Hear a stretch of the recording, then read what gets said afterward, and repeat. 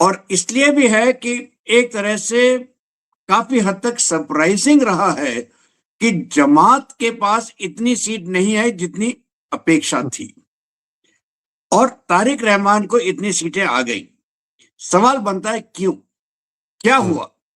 आमतौर पे देखिए, सबको तो पता था कि बीएनपी के कितने सपोर्टर्स हैं, और जमात के पास आ गई एनसीपी, जो उनकी नेशनलिस्ट पार्टी आई थी। उन्होंने ये कहा था कि साहब हम स्टूडेंट वाले पार्टी हैं, हम कभी किसी के साथ अलाइन नहीं करेंगे, हम सेक्युलर हैं वगैरह वगैरह। जब शेख हसीना को उन्होंने बाहर किया था, लेकिन वो जमात के साथ मिल गए। तो एक तो वो हिस्सा था, क्योंकि जो महिलाएं थी खास करके, जो उन्होंने कहा कि जमात के जो तेवर हैं, जिसमें वो कहते हैं हम औरत को कभी मानेंगे ही नहीं, औरतों का काम ही नहीं है, और उनको बुर्का में रहना है वगैरह, वो कट्टरवाद सोच जो है, तो काफी हद तक महिलाओं ने जमात की तरफ रुख अपना मोड़ लिया। दूसरा है वो 8 से 10% हिंदू और 3-4% क्रिश्चियन और दूसरे माइनॉरिटी। इन्होंने पूरा का पूरा, उनके लिए ये जैसा हिंदुस्तान में होता है कि मुसलमान ये सोचता है कि हम एनीबडी बट बीजेपी, यहाँ पे एनीबडी बट जमात था, और कोई था ही नहीं बीएनपी के अलावा। तो बीएनपी को लैंडस्लाइड विक्ट्री यहाँ पे मिल गई। लेकिन एक आपने बहुत अहम सवाल उठाया है, भारत के साथ इसके रिश्ते कैसे रहेंगे और आगे चल के क्या होगा। देखिए, बीएनपी भले ही जीती हो, लेकिन जमात कहीं गया नहीं है, जमात तो वही कमी है। और जमात के पास स्ट्रीट पार तो है, उसके पास लोग हैं जो, हाँ, विपक्ष में है। और भाई, गुंडागर्दी में नंबर 1, स्टूडेंट्स को मूवमेंट से उनको तो एक तरह से भूखे शेर को खून लग गया है। अब वो भाई आएगा ही आएगा खाने के लिए, तो वो भी है। तो एक तरह से वो तो कहीं गए नहीं है। दूसरा, ये भी मत भूलिए कि जो आम जनता है बांग्लादेश की, वो काफी हद तक कट्टरवाद का उसने चूरन खाया हुआ है, उसको चाटा हुआ है। हिस्टोरिकली भी बांग्लादेशी मुसलमान जो है, वो कट्टरवादी ज्यादा रहा है बनिस्बत किसी और के। क्योंकि आप ये देखिए, हिस्टोरिकली अगर जो पार्टी बनी थी एंटी हिंदू, वो भी तो बांग्लादेश में बनी थी। बिल्कुल। कैलकाटा फाइल्स या बंगाल फाइल्स के बारे में आपने सुना ही है, नरसंहार जो हुआ था वो भी यही हुआ था। तो ये तो है, ये एक रियलिटी है, इसके साथ हमें रहना है। दूसरा, हिस्टोरिकली बीएनपी भी एंटी इंडिया रही है, उसका एक प्लैंक एंटी इंडिया रहा है। हालांकि तारिक रहमान ने जरूर कहा है कि हम हिंदुस्तान के साथ अच्छे रिश्ते चाहते हैं। वो चाहना अपनी जगह है, करना अपनी जगह है। तो हमारे लिए बहुत इंपॉर्टेंट है कि हम, हालांकि हमने कहा है, और हमारे विदेश मंत्री ने भी कहा, विदेश सचिव ने भी कहा कि जो भी वहां पे सरकार में होगा हम उसके साथ काम करेंगे। हमारे पास, हमारा अब ये काम नहीं है कि सरकार में वहां कौन होगा, और ये बिल्कुल सही रवैया है। हमें उसी के साथ काम करना है जो वहां पे सरकार बनाएगा। अभी तारिक रहमान बने हैं, उनको बहुत बहुत मुबारकबाद। विश्वास करते हैं कि आगे चल के वो स्टेटमैन बनेंगे। मैं इंटरवीन करना चाहूंगा। जब तारिक रहमान आए थे विदेश से बांग्लादेश कई सालों बाद, अभी हाल में, तो जयशंकर उनसे जाकर मिले थे, और जयशंकर ने प्रधानमंत्री की एक चिट्ठी, एक संदेश दिया था उनका। तो यानी तैयारी पहले से थी कि मतलब अगर ये आ गए तो इनसे अच्छे रिश्ते रखने हैं। एब्सोल्युटली, ये मत भूलिएगा, प्रधानमंत्री ने जब खालिदा जिया को बीमार हुई थी सडनली, तो उन्होंने एक पत्र भी लिखा था खालिदा जिया को, और वो पत्र भेजा भी गया था, खालिदा जिया से रिस्पांस भी आया था। उसमें उन्होंने ये भी कहा था कि हाँ, अगर आप चाहें तो आप हिंदुस्तान आ सकती हैं, हम आपको बेहतर से बेहतर मेडिकल ट्रीटमेंट देने की कोशिश करेंगे। तो हिंदुस्तान का तो ये रवैया ही रहा है हमेशा कि हम जो भी सामने होगा उसके साथ हम डील करेंगे। हम ये डिसाइड नहीं करते कि हमारे सामने कौन आके बैठेगा, वो किसी और का काम है। हमारा विश्वास यह है कि तारिक रहमान जो है, जिस प्रॉमिस से वो आए थे, जो उन्होंने प्रॉमिसेस किए चाहे वो माइनॉरिटीज के लिए हो, चाहे वो बांग्लादेशी मेजॉरिटी के लिए हो। और उन्होंने ये कहा था कि हम बांग्लादेश का जो सेक्युलर एस्पेक्ट है इसको हम कम नहीं होने देंगे, हम डेमोक्रेसी को स्ट्रेंथन करेंगे, हम अपने नेबर्स के साथ अच्छे कूटनीतिक संबंध रखेंगे। ये हम विश्वास करते हैं कि वो करें, और उनके लिए हमारी तरफ से हमेशा शुभकामनाएं हमेशा रहेंगी।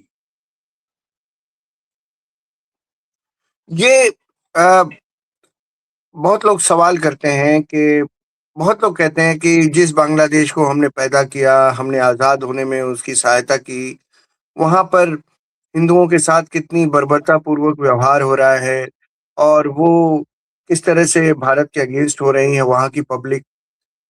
लेकिन ये भी अ, अ, ये क्योंकि एक बड़ा मसला है, धर्म को लेकर तो है ही। मैं ये जानना चाहता हूँ कि तारिक रहमान की अब जो सरकार आएगी, क्या उसमें कुछ ऐसे एलिमेंट हैं जिनसे हम पॉजिटिव फील कर सकें? देखिए, अभी तक तो उनके जो एडवाइजर्स रहे हैं वो बेसिकली वही है जो खालिदा जिया के एडवाइजर्स थे।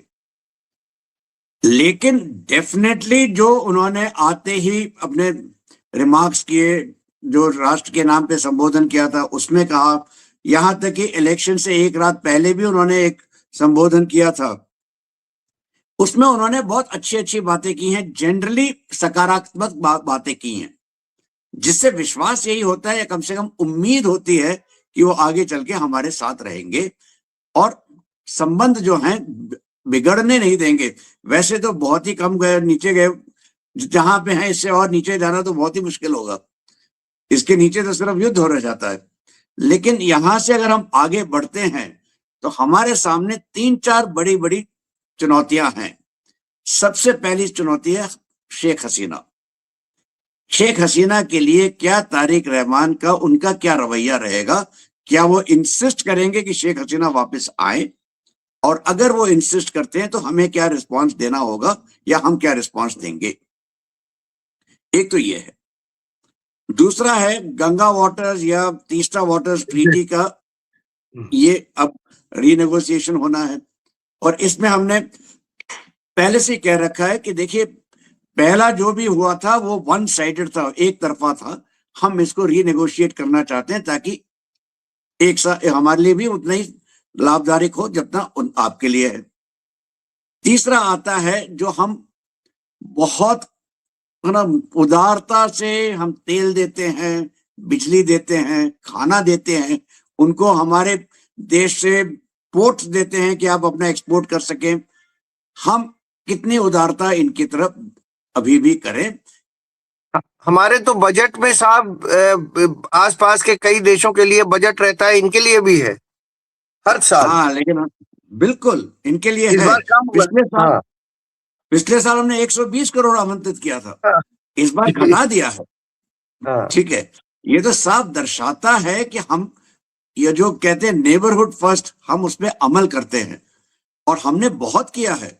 अगर बांग्लादेश का टेक्सटाइल इंडस्ट्री जो भी है, ये आप भूल जाइए, हिस्टोरिकली 1971 बांग्लादेशियों को भी याद नहीं होगी, ठीक है, लेकिन इतना तो वो सब जानते हैं कि टेक्सटाइल इंडस्ट्री जो है अगर खड़ी की है तो हमने की है। हमने अपना कोटा उनको दिया था यूरोपियन यूनियन में। हमने अपनी तरफ से उनको जो कपास देते हैं बहुत सस्ता देते हैं, बिल्कुल। बिजली उनको हम देते हैं, यहां तक कि करीब करीब 800-900 मिलियन डॉलर्स के बराबर का बिजली का बिल उनका पेंडिंग है। और अडानी ने कह भी दिया कि साहब आप जब तक पैसे नहीं देंगे तब तक हम आपको बिजली नहीं दे सकते। अभी तो ये फिर भी हालत है कि वहाँ बहुत सारे कारखानों में मतलब ताला लग चुका है, सिर्फ इसी वजह से कि न बिजली है, न यहाँ से मदद जा रही है। बिल्कुल, और ना ही उनके पास जो कपड़ा है वो एक्सपोर्ट कर सकते हैं। उन्होंने वो उठा के इकट्ठा किया था ढाका के एयरपोर्ट में, वहां पे पता नहीं कहां से आग लग गई, तकरीबन $1 बिलियन के बराबर का की टेक्सटाइल जल गई। हालांकि खबर तो यही है कि वहां पे एक न्यूक्लियर डिवाइस, न्यूक्लियर का जो वो कर रहे थे रशिया के साथ, वो था निशाने पे, और ये इंसिडेंटल हो गया, डैमेज हो गया उनका, कोलैटरल डैमेज जिसको आप कहते हैं। खैर, तो ये 3-4 चीजें हैं जिसके ऊपर हमें विशेष करके ध्यान देके उनसे नेगोशिएशन करने पड़ेंगे। और ये आगे कैसे चलेंगे, इसमें गिव एंड टेक डेफिनेटली होगा। एक बहुत और बड़ा अहम मुद्दा है, वो है बांग्लादेशी रेफ्यूजी या बांग्लादेशी इलीगल्स जो भारत के अंदर हैं, इनके साथ क्या होगा, इनको हम वापस कैसे भेजें, इसके तो ऊपर भी मतलब डिस्कशन तो होंगे ही। तो मतलब भारत के हाथ में भी डोर है, ऐसा नहीं है कि सब कुछ उनके पास है। बहुत सारी चीजें हमारे पास भी हैं, शर्तें मनवाई जा सकती हैं और बातचीत होगी तो बराबरी के स्तर पर होगी। और उसमें ये नहीं होगा कि वो वन अप रहे और हमें नुकसान हो। बिल्कुल, वन अप तो वो किसी भी हालत में नहीं है। देखिए, उन्होंने एक ट्रेड डील की, टॉप सीक्रेट ट्रेड डील थी, यूनुस ने साइन किए 2 या 3 दिन पहले, जब वो छोड़ना, उनको अपना दफ्तर छोड़ना था। उसमें देखिए क्या क्या एक्सेप्ट कर लिया है। जो यहाँ हिंदुस्तान में हल्ला मचा था, कमिटमेंट कमिटमेंट, हमने 500 बिलियन का कमिटमेंट दिया है, वो तो निकला झूठ। लेकिन बांग्लादेश के लिए कमिटमेंट है 15 बिलियन का एनर्जी इंपोर्ट। अमेरिकन एनर्जी जो है वो ज्यादा महंगी होती है, वहां से तेल महंगा आता है। और दूसरा, जो उसका कच्चा तेल आएगा अमेरिका से, वो वही कच्चा तेल है या उसी टाइप का है जो आपका कनाडा या वेनेजुएला से आता है। आपके पास तो रिफाइनरी ही नहीं है, तो अब उसको क्या करेंगे उसका? तो आपको फिनिश प्रोडक्ट चाहिए। फिनिश प्रोडक्ट आप अमेरिका से लेंगे तो अमेरिका से तो महंगा ही आएगा, क्योंकि अमेरिका को हम बेचते हैं। वही चीज अगर वो वापस देगा तो पैसे तो उसको और लगेंगे। किसी भी डिप्लोमेसी में साहब, किसी भी कमांडर साहब, किसी भी देश को बिना पड़ोसियों के कोई जिंदा नहीं रह सकता। बेशक पड़ोसी बिल्कुल कमजोर हो, लेकिन पड़ोसी रहते हैं, इसलिए कुछ लेन देन छोटा मोटा इधर उधर चलता रहता। अगर ये मित्रता रहती तो इनके लिए क्रूड ऑयल का हम क्यों नहीं उसको करके भेज सकते थे इनको? हम तो कर सकते थे। बिल्कुल। फिर बहुत सारी चीजों में एनर्जी तो हमारी तरफ से जा रही होती है। तो कहने का मतलब ये है कि बिना किसी पड़ोसी के आप रह नहीं सकते, सरवाइव नहीं कर सकते। अमेरिका उतनी दूर है, आप हमेशा